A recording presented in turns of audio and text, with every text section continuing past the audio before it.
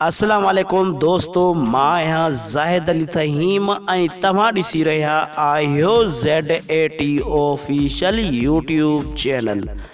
दोस्तों, उम्मीद आहे तव्हां दोस्त सभु ठीक हूंदा ऐं ख़ैरियत सां हूंदा।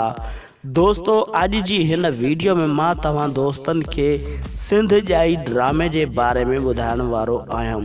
दोस्तों, अॼु मां तव्हांखे ॿुधाईंदुसि त सिंध जाई ड्रामो 63 किस्त ते छो बंदि थी वियो आहे ऐं इन खां अॻिना छो न हलियो, हलंदो या न हलंदो, इहो बि अॼु मां तव्हांखे हिन वीडियो में ॿुधाइण वारो आहियां।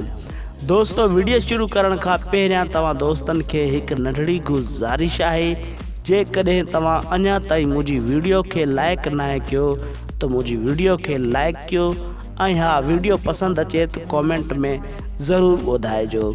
जी दोस्तों, मां तव्हांखे ॿुधाईंदो हलां त सिंध जाई ड्रामे जूं 63 किस्तूं रिकॉर्डिंग थियल हुयूं, जेकी सिंध TV चैनल ते हली चुकियूं आहिनि। दोस्तों, अॻिना ही ड्रामो छो न हलियो, इहो मां तव्हांखे ॿुधाईंदो हलां।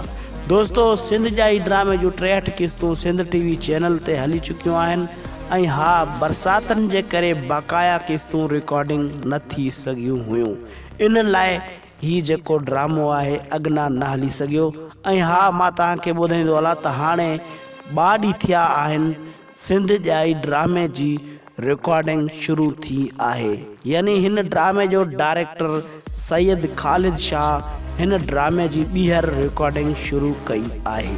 दोस्तों, हाणे तमामु जल्द सिंध जाई जूं बक़ाया किस्तूं सिंध TV चैनल ते तमामु जल्द हलायूं वेंदियूं।